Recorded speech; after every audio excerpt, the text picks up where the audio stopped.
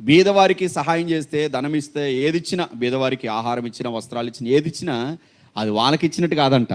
ఎవరికి ఇచ్చినట్లట? దేవునికే. అసలు దేవునికి ఇలాస్తాం మనం?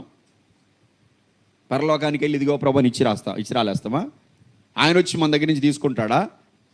లేదండి. ఆయన ఒక ప్రాసెస్ పెట్టాడు, ఆయన ఒక పద్ధతి పెట్టాడు. ఇదిగో ఈ పద్ధతిలో మీరుంటే ఇక నాకు చేసినట్లే అని చెప్తున్నాడు ఆయన.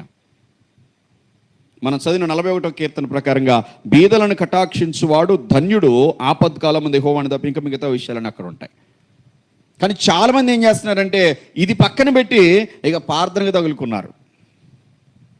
ఏదైనా ప్రార్థన చేస్తే చాలు, అన్ని కార్యాలు జరిగిపోతాయి. ఇక ప్రార్థన చేస్తే చాలు. చాలామంది జీవితాల్లో ప్రార్థన ద్వారా కొన్ని కార్యాలు జరుగుతున్నాయి, కొన్ని జరగట్లే. ఎందుకనంటే ప్రార్థన ద్వారా జరిగేవి కొన్ని ఉంటాయి. నువ్వు ఇతరులకు సహాయపడటం ద్వారా, దేవుని సేవకులను పోషించడం ద్వారా, బీదలను కటాక్షించడం ద్వారా, ఆపదలో ఉన్నవారిని ఆదుకొనడం ద్వారా జరిగే కార్యాలు కొన్ని ఉంటాయి. అన్నిటికీ ప్రార్థనే కాదు మూల కారణం.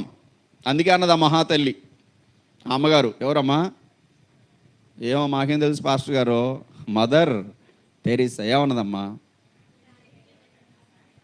మీకు భలే తెలుసే. తెలుసు అంతవరకే. ప్రార్థించే పెదవుల కన్నా సహాయం చేసే చేతులు మిన్న. తెలుసా? అంతవరకే అండి. తెలుసా అండి. మరి దేనికి తెలిసింది? ఇట్లా చెప్పుకోవడానికే. ఏం తెలిసింది? మనం అట్లా ఉండొద్దా మరి?